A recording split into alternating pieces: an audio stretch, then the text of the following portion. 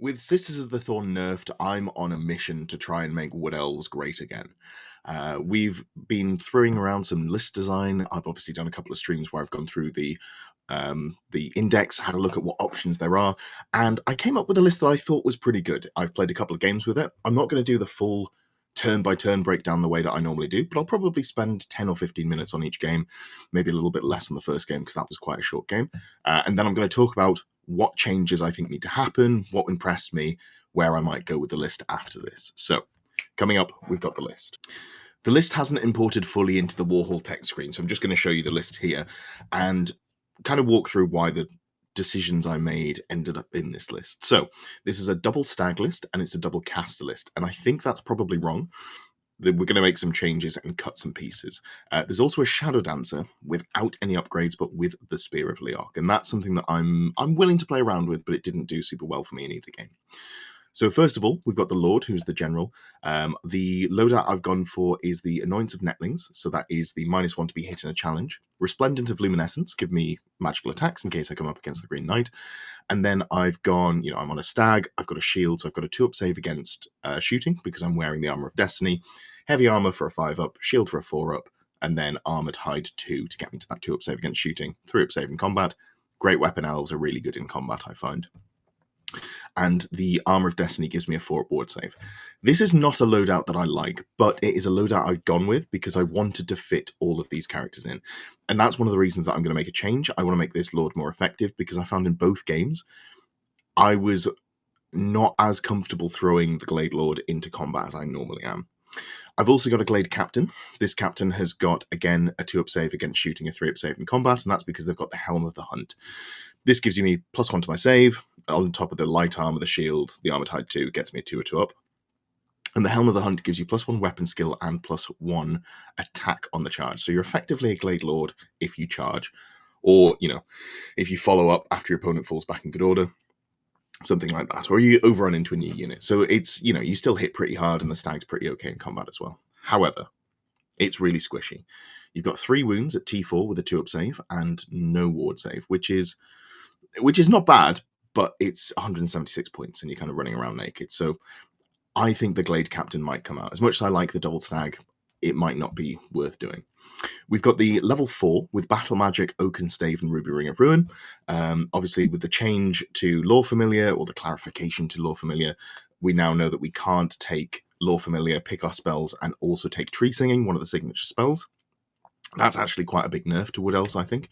Tree Singing is a great spell. If you're running it with Oaken Stave just in general, it's giving you the flexibility to, put down woods, make sure that you're able to get in that dispel range, all of the stuff there. Protect your very squishy units from being shot or charged. It's very valuable. The downside is it's a low casting cost, so it's very easy for your opponent to spell. So if you've got 2 casters, it would be nice to be able to have both of them. But in this case, only one of the 2 are going to be able to take Tree Singing because the second caster, which I've gone Elementalism with a Power Scroll and Lore Familiar, make sure I get that Plague of Rust off on an important turn. This just isn't going to be able to take Tree Singing straight up. I'm not going to be able to pick it there.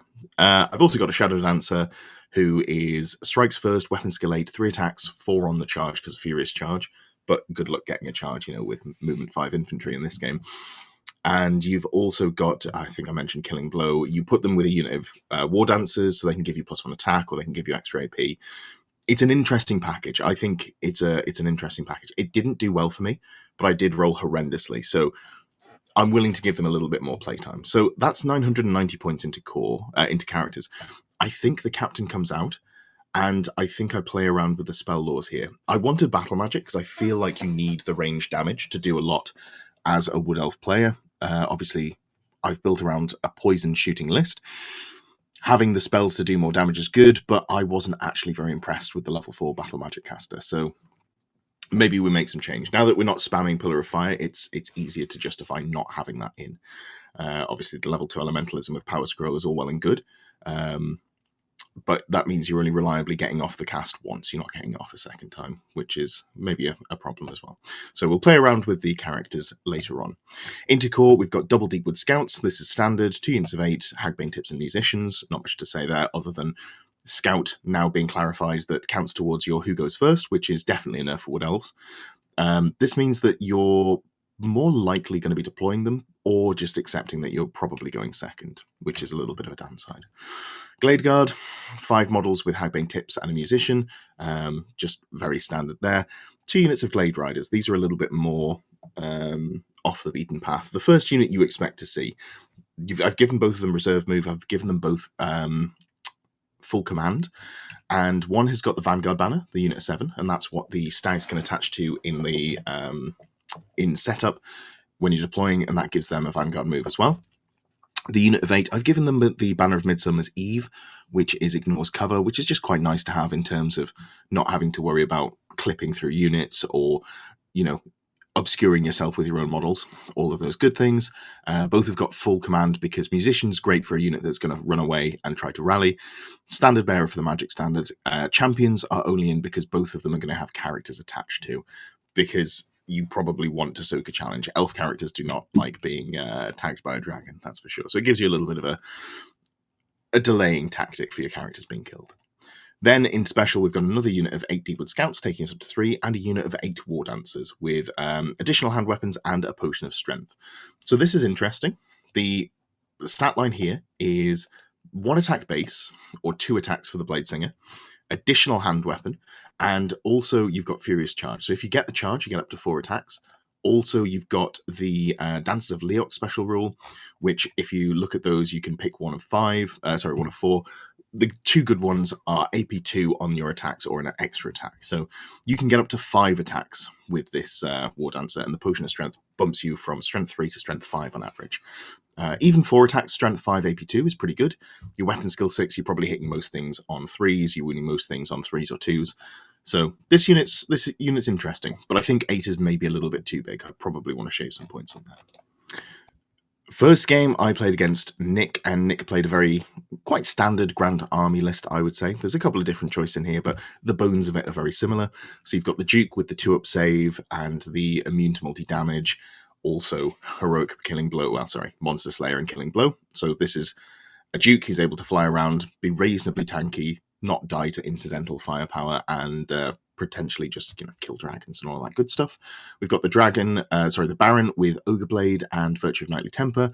So this is the poor man's exile, frontier axe build, but it's still very good. It's just more expensive. Also, you can see on here the Questing Vow.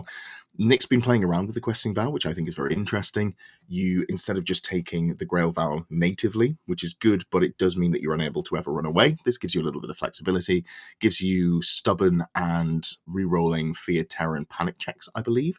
So it's sort of a pseudo mini immune to psychology, but it does mean you get to run away as well, which I think is very valuable. We've got the Prophetess, level 4, with Lore Familiar and the Falcon Horn of Friedmund. I like this. I think I'd be tempted to maybe play around with Ruby Ring of Ruin on there, but Falcon Horn's so good, it's really difficult not to squeeze it in. 2 units of Knights of the Realm, full command, no other upgrades. 3 units of Peasant Bowmen, 2 of them are Skirmishers, and then 2 units of Pegasus Knights. The unit of 5 had full command, the unit of 3 had just a standard and musician, and the unit of 5 had the Ban of Shalons, that's the one. Can't be stand and shot against. So yeah, a pretty good list, and it's the sort of thing that I wanted to test into. I feel like pre-nerf, I actually had a really good game with the double stag Pillar of Fire list into Bretonnians, but now it was going to be a lot more difficult. So quickly, we can see deployment here. We decided to play Breakpoint.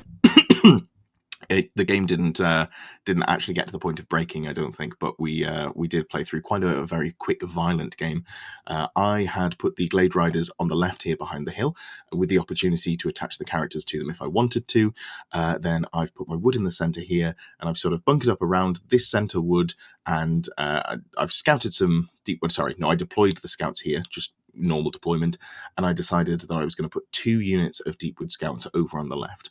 The reason I did this is obviously Nick is able to choose not to go first and to roll, and Nick would have got the +1. However, he would have been giving up his ward save, which is quite a big downside. So I wanted to try and punk these 2 Pegasus, or this unit of 3 Pegasus Knights. So I put a lot of focus into picking them up here to start off with. Nick himself had put a unit of Pegasus Knights and 2 units of Peasant Bowmen on the left, but mostly put his unit around the hill on the backside there. Wanted to stay out of harm's reach of my spells. Obviously, the shooting's going to reach, but he's got a 3-up save. And if I can't get the Plague of Rust into range, then he's less worried about it. But yeah, so just a lot of focus on the right-hand side. We're both playing reasonably fast armies. Nick is faster than me, so he's not super worried about skewing over to the right-hand side there. I went first. I moved forwards. I basically full sent the 2 Glade Captain, Glade Lord on stags up into the wood because I wasn't feeling too worried about them, which I think was wrong because they're not equipped as defensively as I'd like them to be. So both of them move up. The Lord is the one in the wood, and the Captain is the one out here next to the Pegasus himself. I moved this unit here. What did I do? I used their first movement to turn into skirmishers, and their reserve move just to walk up behind the wood, I believe. Didn't want them to be in open order when I want the flexibility of sort of running around and not getting caught by Pegasus Knights. So having reserve move and being able to do 2 separate moves is quite nice there. Up on the top side, the Deepwood Scouts put all their shots into the Pegasus. I got 3 wounds through, and then we realised we had to go back and do ward saves, and Nick passed 2 of his 3 6-up saves. So I went from feeling very comfortable up here to not feeling comfortable at all. And then I just put sort of incidental firepower out to try and deal with here. And I dropped the Pillar of Fire, all good stuff. Into Nick's turn, Pillar of Fire gets dispelled, which is not a great start when it's being dispelled from out of range and you only have 1 of them. But also, as you'd expect Bretonnians to do, they just sort of full send. So the Pegasus come down here. The Baron is behind them, can see through, but isn't, has made sure that it's not in the unit, so it's able to respond separately if needs to, and also isn't risking taking dangerous terrain tests. And then everyone else just sort of skews over to the left.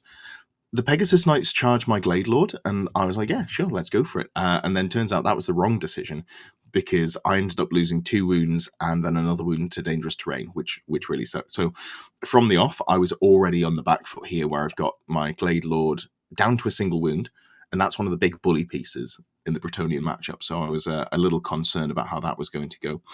On the right, the unit of Deepwood Scouts it's a sacrificial unit. I knew it was going to die, so I figured I'd just leave them there, stand and shoot. And it sort of baits out this unit of Pegasus Knights, but I don't really have enough resources to deal with it. I could send shooting from this unit of Glade Riders over. I can shoot from here. This unit, if I Arcane Urgency them, I could have got round, but I think I've split my forces with the deployment too much, and I'm not super happy about them. The War Dancers are just here protecting the very expensive character bunker here, where I've got the, this is all skirmish, but the regular Glade Riders with reserve move and ignores cover, and I've got the level 4, the level 2 in there. So the sort of thinking is to use the War Dancers to protect them, but all it means is Nick's never going to come near them, which it's 250 points that aren't doing anything for me, which is a real problem. Coming into my turn, I try to just finish off the single Pegasus Knight with my Glade Lord.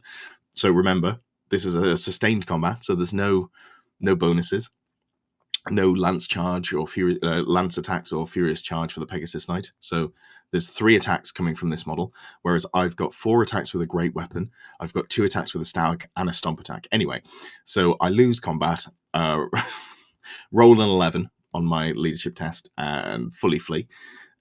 So yeah, it's just sort of falling apart in the top end here.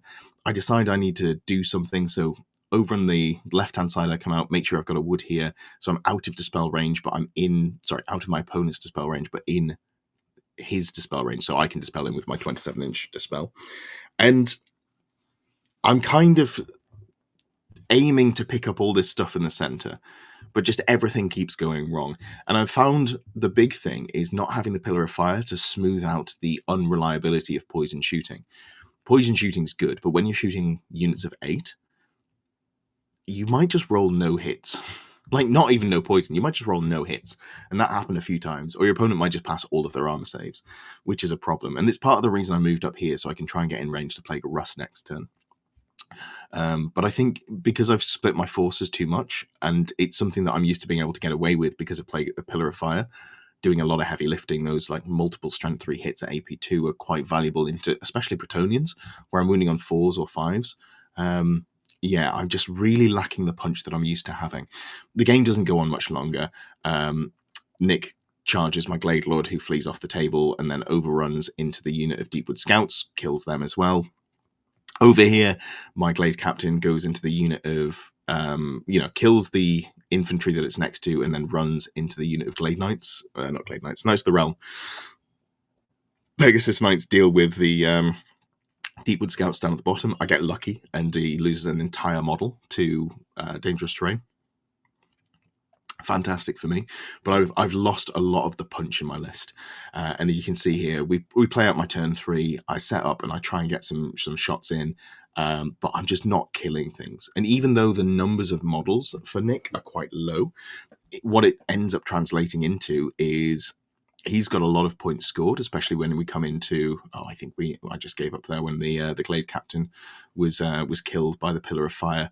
On Nick's turn, and we just didn't end the report. I basically lost all of my offensive tools, and I hadn't been able to squeeze any actual damage out or any points out because I was leaving things on quite low numbers. So there's a Pegasus Knight over here that's not giving up any points. That's only a single model, but it can come on and it can, hide down here. So realistically, I'm not killing it, even with this unit of poison shots, because he's got a 3-up save and then the ward save. The unit of war dancers down here is positioning to try and catch the Pegasus Knights and the Duke there, the Baron, sorry. They're never going to get in range because Nick's got the points lead, and why is he going to mess around with strikes first, killing blow? It's not worth him doing. So it ended up being quite a stomp, and if we'd gone to the full 6 turns, I think I would have been effectively tabled, and Nick would have been in a very good spot. He'd have been able to mop me up with his fireball. The Prophetess over here can come over to the Deepwood Scouts, kill enough of them to make my life very difficult, and it's just going to be a very hard game to play through. So not a great first showing, but it's a different play style, so I ran it back and I went into a second game, and this time I played against Beastmen. Onto the Beastmen game, I played against Tom Carley, and Tom's testing a list that he's playing this weekend at the Welsh Open, and he's built a really nice sort of points denial list. So what he's got is he's got a Doomball who's really hard to kill and hits pretty hard, a Great Bray Shaman who's got the Vile Tide and Demonology and goes in the big Brick of Gore, alongside 2 War Gore, and I'm not going to go too deep into this list. It's a really interesting one, and hopefully Tom does well this weekend, and I can justify getting him on to talk about it. Or maybe I'll just do it anyway, because it's a really cool list. But we've got a huge unit of Gore here, and then you can see everything else above him. So you've got, 3, 5, 6, 7, 8, 9. You're looking at the better part of 12 or 1,300 points that's all in one unit that you really have to charge to deal with, because Gore are, sure, they've only got I think it's a 6-up save with the shields, but they are T4, and points per model, T4 on that sort of price is very nice. It's also backed up with 4 Razor Gore, which are disposable, and a big Death Star of Dragon Ogres with great weapons, which are hard to kill. You have to kill 4 of them to get any points, which is upsetting. And then 2 units of Harpies. Harpies can scout, they can get in your back lines, they can move block. There's a lot of good stuff that they can do. So I think he's put together a really interesting Death Star list. So let's just go over to deployment and you can see how it's set up. Yeah, here we go. So you've got on the top middle, you've got the big Death Star. And then on the top left here, we've got the Dragon Ogres. And then there's just, Razor Gore deployed. He decided to scout 1 unit of Harpies. I had to deploy my scouts, or I had to declare my scouts before he did, because I had way less drops. So I said, I'm going to put 2 units of Deepwood Scouts in Scout. He decided to only go with 1. So even if he lost the roll-off, he's still getting the +1 to go first.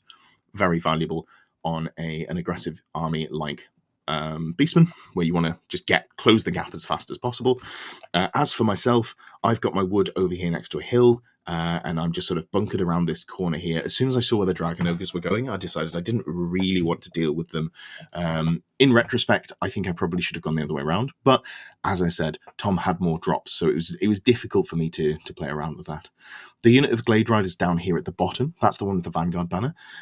So I ended up not attaching the Glade Captains because I was worried about the Harpies scouting into my deployment and coming in sort of trying to snipe my very squishy characters. They've got a lot of attacks, the Harpies do. So I kept the characters separate and I use them for screening. And also, it's just a good use of them, I think, being able to fling them around, use the 360-degree charging. So in this case, I just use the Vanguard banner to go from open order to skirmish. So on my turn, I'd be able to move and shoot without any issues. Despite scouting the Deepwood Scouts, I ended up putting them in my deployment zone. I was thinking about putting them in the top left up here, but that wouldn't have actually done much for me. Because this is a hill, I could either put them so they were going to walk onto the hill, which would have been, 2 turns of movement, at which point the Harpies could have come and got me, or, I'd just be out of relevance. Or I could put them sort of in front, and it just didn't feel worthwhile. So I put them in the woods here to try and get as much firepower out. When you're playing against an army that wants to full send against you, you ideally want to try and get your scouts behind them, because it's a right pain in the backside if they've got to turn around or split their forces. But wasn't able to do that here. Obviously, Tom knows what he's doing. So coming into the first turn, even with the +1 for Tom, I did get the first turn, which is really strong. So I have full sent the captain over on the left here to be, in the flank to deal with either the Razor Gore or the Harpies, depending where they go. This unit of Glade Riders is just moving over to the side. They look like they're in a line. They are skirmish. That's just to get into efficient shooting out into the Razor Gores. And then everyone else kind of just sort of scatters around. I do lose one of the Glade Riders moving through my own wood, which is eternally painful. I hate that that's a thing, but it is the rule set under which we have been playing. And yeah, I just wanted to make sure that I was in range to do things. And as you can see here, the Glade Lord I've got on the right is about 20.1 inches away from the Vile Tide Caster. So I feel very safe with my opponent not walking forwards and doing some shenanigans. Other than that, I just put out some incidental shooting turn 1. I drop how many wounds do I do? I do 7 wounds into the Razor Gore. They have 3 each. I don't kill a single one, but I get them all fairly low, which I'm pretty comfortable with. And I think I do like a couple of wounds maybe into the Harpies, or maybe not. And I get my Pillar of Fire out. So not a bad turn 1. Tom full sends because this is Beastmen.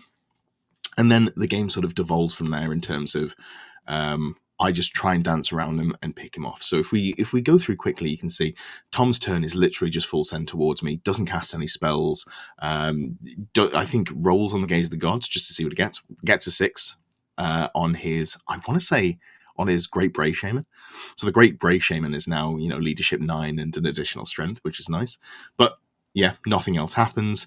Comes into my second turn, and things go really well for me. I decide that I'm going to split my fire over here. So there's 2 Razor Gore I've got to deal with on the right flank, and there's also a unit of Harpies. I charge the one of the Razor Gore, and I kill the other Razor Gore with a Pillar of Fire. So that's both Razor Gores dealt with, and then all of this shooting down the bottom, that just goes into the skirmishy Harpies, picking them up as well, which is nice. On the left-hand flank, I put my incidental shooting into... Oh, in fact, I don't get to shoot anyone over here because I make a charge with the Glade Riders into the screening unit of Harpies. The reason I do that is I don't want to have the Glade Riders on this flank. I don't want to have them fall back towards here, and I don't want to get crushed by the Dragon Ogre unit swinging around. So I make the decision for the Glade Captain to go in, kill the Razor Gore, and then get the flank charge into the unit of Dragon Ogres. Here's a key thing that I underestimated. I had forgotten, because the Dragon Ogre was initially on the right-hand side of the unit from my perspective, I'd forgotten that you just get to make your attacks with both of them. I was thinking that it was going to be 1 model plus 1 supporting attack, which is wrong. So yeah, that was an unpleasant shock to the system when I just got absolutely rolled in the next round of combat. I think I take 2 wounds in the first round of combat, and then I get finished off. But it kind of does its job. I'm tying this unit up. The problem is, playing against Tom's list, he's so points dense. He's got like 1250-ish points here, whatever it is, something along those lines. So I have to give up less than like 500 points if I want to win the game, and then also kill everything else, which is very difficult to do. But it is what I'm going for. This unit here in the center does move up and reserve move round, which is just a good way to make sure I'm out of charge arcs. I do mess up here, and I don't position myself within range of the woods, which I could have done, and that is a real blunder. But I'm feeling pretty good about things as it stands. Going into Tom's turn 2, he gets Viletide off, and he absolutely ruins this unit here. Not being in range of the woods to get the extra dispel really hurts me. And everything else starts to look a bit better for Tom. He does 2 wounds into my Glade Captain. I do 3 wounds. I win combat, but he's positioned the Harpies so that they can block the give ground, which means that that combat just goes on. I don't get to choose to back up and go for another charge, get the charge bonus, and anything else. I'm just stuck in. The one Razor Gore here moves around just to try and put some pressure on me and split my fire. But as you can see, going into this turn here, mop up the last one, and Tom is left with what looks like only 2 units.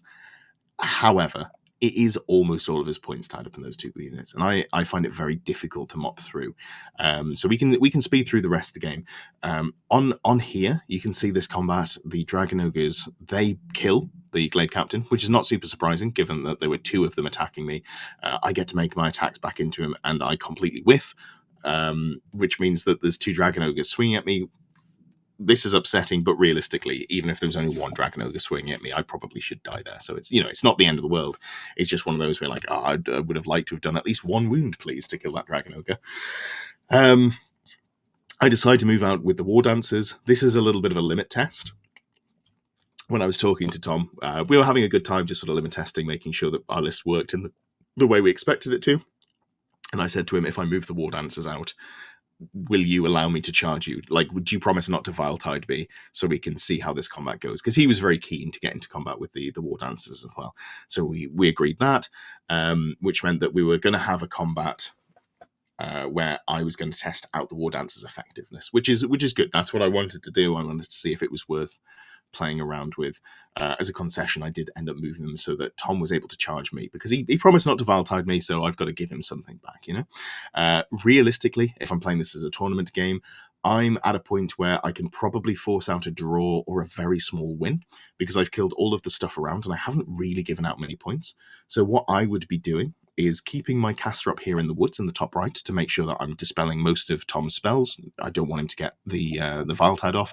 Everyone else just sort of hides, and I Arcane Urgency models around to try and get out of charge arcs. This unit up here in the top left is just going to run away from the Dragon Ogres forever and try and mop up the whatchamacallums, the Harpies. There we go. And I just play a game where I run around and I don't interact with Tom. That's pretty boring. We wanted to limit test, and which is why you see this definitely worse move than it could be, but it was interesting to see how it played out. Coming into Tom's turn 4, charges the both units charge the Glade Riders. They run away, get away. I'm not worried about that. Down here, this is the interesting combat. So keep in mind, I've got a Spear of Leok, which is Killing Blow. And Tom's beefed up character is a Doombull who's got 5 wounds, is T5, got a 3-up save, a 4-up ward save, admittedly, and is -1 to hit from the unit. And then he stacked loads of terror modifiers in there, loads of combat res. It's a really beefy unit that can take a dragon head on and win, which is kind of terrifying, honestly. Having been on the receiving end of it, when I had my dragon into it, it wasn't a fun fight for me. So I was interested to see how the Killing Blow character did. And it was awful. I whiffed all of my rolls. I don't know. I should maybe sit down and work out the maths, but basically I didn't do a single wound. Not just with the Troubadour, the Shadow Dancer, but just with the entire unit. I didn't do a single wound. I was putting attacks into the unit, wounding on 5s. I was putting attacks into the characters, wounding on 6s. My Spear character ended up in base to base with the BSB, and I did not put him into the challenge with Doombull because I wanted to try and snipe the BSB and get some use there. Because there was no ward, or there was a Charm Shield 5-up ward save on the BSB. I just didn't get anything out of it, and it was pretty rough. But and that was giving up 270-ish points. So if I hadn't done that, I was going to be in a lot better position. And it also gave Tom a large amount of movement, as you can see here, getting closer to my other units. My T4, I shoot off the Skirmishing Harpies and just do a little bit of firepower into the middle there. Tom's turn 4, he almost kills both units of Deepwood Scouts, gets them both very low, one with Viletide, one with Ruby Ring of Ruin. And the Dragon Ogres just turn around to present a front, because if I send the Glade Captain towards him, he doesn't want to be fully flank charged or rear charged. Onto my turn 5, I try to double debuff the Dragon Ogres with Plague of Rust and Curse of Our Attraction. Unfortunately, don't get Plague of Rust off, and then do loads of poison shots into them, and all of the poison shots are saved, so that's a little bit depressing, because the game plan here was to do one turn of poison shooting and spells into them, and then after that point, charge in with the Glade Captain, the Glade Lord, sorry, and try and finish them off over 2 rounds of combat. That felt to me like the way that I was most likely to get points. It was risky, but it was what I was going for. Unfortunately, I miscast with Curse of Our Attraction, which meant I didn't get to cast any other spells. So I got it off because the miscast, you cast this at minimum value, but you don't get anything else. And then, yeah. So I got to reroll 1s against him and then didn't cast all of my good damage spells into them, which is a real shame. And that was basically it for the game. Tom ends up chasing me around a little bit, but doesn't catch me with anyone. He comes super close with the Dragon Ogres to make sure that I can't get my impact hit. You just got to minimize what you can. And then I say, you know what, I'm going to go for the Glade Lord combat anyway. Glade Lord goes in, doesn't do very much. I don't take any wounds back because I've got a great 4 ward save and I'm a good weapon skill, all that good stuff there. And then, into Tom's turn 6. Doesn't manage to scrape many more points. He kills the unit of 5 Deepwood Scouts, and the combat ongoing with the Dragon Ogres. I get them down to the point where if I'd done 3 more wounds, I would score some points. I'd get 25% of the unit, which would have been really nice. I don't think it would tip it over into a victory for me, but I think I made the right choice here. Like, seeing this play out, given that I got 1 turn where I didn't get to cast any spells into them, which meant that obviously I'm doing a lot less damage than I thought I was going to. Knowing that I only need to do 3 more wounds, I think I feel good about this. So, yeah, I think the decision-making in this game was better, but also it ended up being just a very close tie. Because New Recruit doesn't report properly in here, we haven't got the points in there correctly, but it ended up being sort of like 140-ish points, or like it was maybe even sub 100 points in favor of Tom, something along those lines. And it meant that we had a very close tie, a 10-10, and a great game. Really enjoyed it. But before the nerfs, I feel like if I was playing Wood Elves into Beastmen, I sort of 16-4 that game every time. So in a positive matchup, even though Tom is playing a more points denial style list, which is very good, I think I probably would have been able to win this one relatively comfortably before the nerf. So seeing it at this point is, it makes me wonder where I want to go with the list. Thank you for watching. Thank you for getting to the end of the video. If you've reached this point and you haven't already, I would really appreciate a like, a comment, a subscription if you haven't done those things. It just helps me get seen by more people, boost me up in the algorithm, all of the stuff that the YouTubers do like to say. If you would like to support me in my goal to become a full-time YouTuber, I would absolutely appreciate that. You can become a member below. There are various perks to those, name at the end of the videos, all that good stuff, but it also unlocks some VIP areas in Discord if you become a Longbeard or Grey Knight tier supporter. Those VIP sections are the only parts that are locked away in Discord. You don't have to be a member to join the Discord. I'd recommend that you should. We've got about 450, 500 people on there. It's a great place for discussion, a lot of fun. I do try and chime in as much as possible. And it's also where the Fix My List show lists are put, and also if you are one of the Grey Knight or Longbeard tier supporters, where you participate in choosing which list I play in the monthly Pick My List series.